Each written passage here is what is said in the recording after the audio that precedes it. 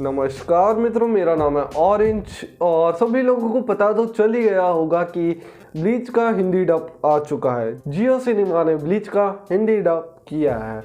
तो मैं मेरे लुक्स पर ज़्यादा ध्यान मत देना, क्योंकि अभी अभी मैं सुबह सुबह उठा, मैंने सोचा ब्लीच का हिंदी डब देखते हैं एक बार।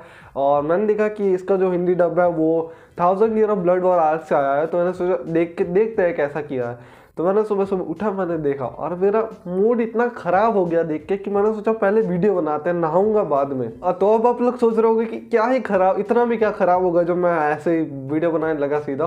तो मैं बता सकता हूँ, आपने जो एक्सपेक्ट किया था ना, उससे भी ज़्यादा ख़राब इसका हिंदी डब है। मैं सच बता रहा हूँ, मतलब मुझे तो कुछ भी अच्छा नहीं लगा, लिटरली कुछ भी अच्छा नहीं लगा। मैं भी आपको धीरे धीरे बताता हूँ क्या क्या चीज़ें हैं। तो सबसे पहले बात करते हैं फर्स्ट एपिसोड के अंदर मायूरी की आवाज़। आप लोगों को पता है मायूरी आखिर जापानीज में कैसे बोलता है? ये देखो, मैं इसके एक जापानीज की क्लिप लगाता हूँ और अब मैं लगाता हूँ हिंदी डब की क्लिप। तो अब जब आपने देख लिया तो आप बताओ कि यार ये मायूरी की आवाज़ लग रही है आपको हिंदी में? किसी सही बंदे को लिया है कि आपको लग रहा है? यार अंबानी, यार क्या कर रहे हो? मतलब ना ही किसी कैरेक्टर की आवाज़ शूट करते हुए लगी, ना ही कोई स्क्रिप्ट मैच कर रही थी ज़्यादा अच्छे से। मतलब स्क्रिप्ट का तो चलो छोड़ ही दो, कम से कम मैच तो कराओ आवाज़, कम से कम मैच कराओ आवाज़ कैरेक्टर के साथ। सबसे बड़ा एक और एग्जांपल देता हूँ, ओरी में क्या आवाज़, ओरी में क्या क्या ये क्या आवाज़ है? ये वो एक तो कैरेक्टर पहले से मुझे इरिटेट करती है, ऊपर से ये आवाज़ दे के फिर मुझे और इरिटेट करवा रहे हो तुम लोग। जिन्होंने ब्लीच देखा उनको पता है कि मैं क्यों बोल रहा हूँ ऐसा। तो ये देखो, ये साइड कैरेक्टर है, मान लिया मायूरी वैसे मुझे बहुत पसंद है, पर ये साइड कैरेक्टर है, इनको छोड़ो। हम बात करते हैं मेन कैरेक्टर की, इचिगो की आवाज़ की। इतनी घटिया आवाज़।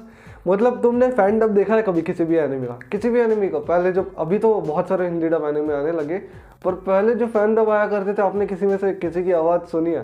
बिल्कुल वही आवाज़ है ये इचिगो की। और ये इचिगो की आवाज़ ना उससे मैच कर रही है, ना उसकी लिपसिंग से मैच कर रही है, ना स्क्रिप्ट से मैच कर रही है। घटिया आवाज़। मैं सच बता रहा हूँ कि आपको जो आप अपने दिमाग में एक चीज़ सोचो कि सबसे घटिया हिंदी डब कौन सा है किसी भी एनिमे का, किसी भी एनिमे का सोच लो। अब मैं बताऊँ, ये उससे मैं गारंटी देता हूँ, ये उससे 10 गुना ज़्यादा घटिया डबिंग है। यार क्यों किया? मतलब अगर तुम्हें ये सब नए डबिंग आर्टिस्ट को ट्राई कराना ही था एनिमे के अंदर, तो ब्लीच जैसी सीरीज़ के अंदर क्यों करा रहे हो तुम? ब्लीच जैसी सीरीज़ के अंदर तुम सोच भी ऐसे सकते हो कि नए डबिंग आर्टिस्ट को लाओगे। किसी रोम कॉम के अंदर तुम लोग प्रैक्टिस करा सकते हो डबिंग आर्टिस्ट को, नए वाले। पर ऐसे बड़ी सीरीज़ के अंदर लाके क्या तुम दिखाना चाहते हो? तो मैंने इसके 2 एपिसोड देखे और कई लोग बोलेंगे कि साले तू 2 एपिसोड देख के क्या बोल रहा है। भाई तुम खुद सोचो, हमने क्या कहा था जब वानो आई थी वन पीस के अंदर, तो सब क्या कह रहे थे? इन बंदों को कैरेक्टर के बारे में पता ही नहीं है शुरुआत से कि कैरेक्टर कैसा है, वो कैसे सोचता है, वो कैसे बोलता है। तो फिर ये इन्हें फील कैसे कर पाएंगे ये कैरेक्टर को? तो ये वही चीज़ मैं ब्लीच में भी कहना चाहता हूँ। अगर ये 1000 ईयर ऑफ ब्लड और आर्क से डबिंग आर्टिस्ट ये करने आ रहा है, जो कि प्रोफेशनल मुझे नहीं लग रहा है कुछ भी प्रोफेशनल। मुझे ऐसा लग रहा है, कुछ कुछ वॉइस तो मुझे ऐसी लगी कि इन्होंने घर में बैठ के शूट किया है।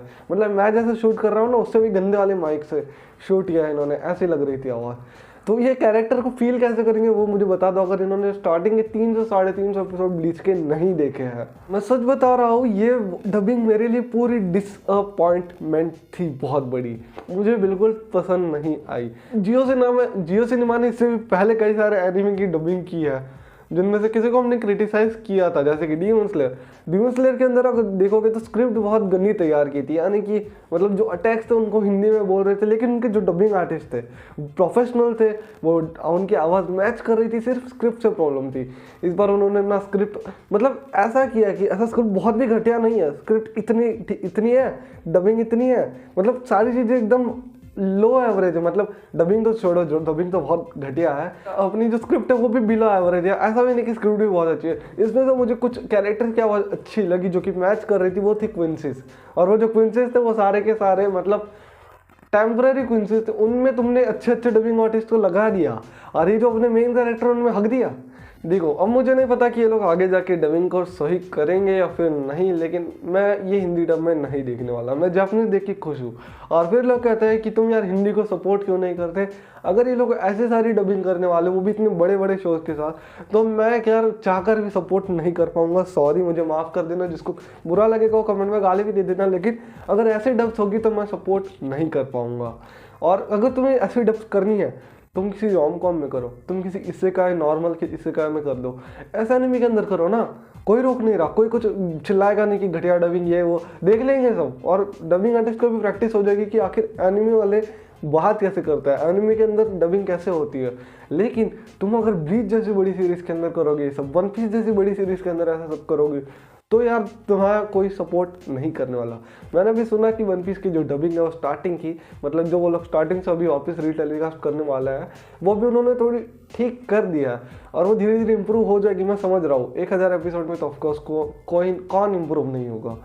तो मैं इसमें यार देखो, तुम कितना भी कह दो कि वन पीस, नारुतो, फिर ब्लीच, पर मैं मानता हूँ कि नारुतो की जो डबिंग है उसके सामने मैं सर झुकाता हूँ, क्योंकि वो बहुत बढ़िया डबिंग है। नारुतो की जो डबिंग कर रहा है सोनी है, वो मुझे अब तक का सबसे बेस्ट डबिंग लगी सारे के सारे बड़े एनिमे के अंदर।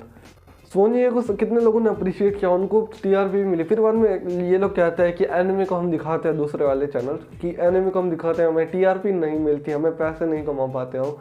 सालों डबिंग अच्छी करो, सब देखेंगे, ऐसे कोई पैसे नहीं देने वाला तुम्हें। अब क्या ही कर सकते हैं इन सब चीज़ों का, हम इन पर ज़्यादा ध्यान नहीं देंगे। अच्छी डबिंग आएगी तो हम अप्रिशिएट करेंगे, बुरी डबिंग आएगी तो हम क्रिटिसाइज़ करेंगे। हम तो इसीलिए बैठे हैं यहाँ पे।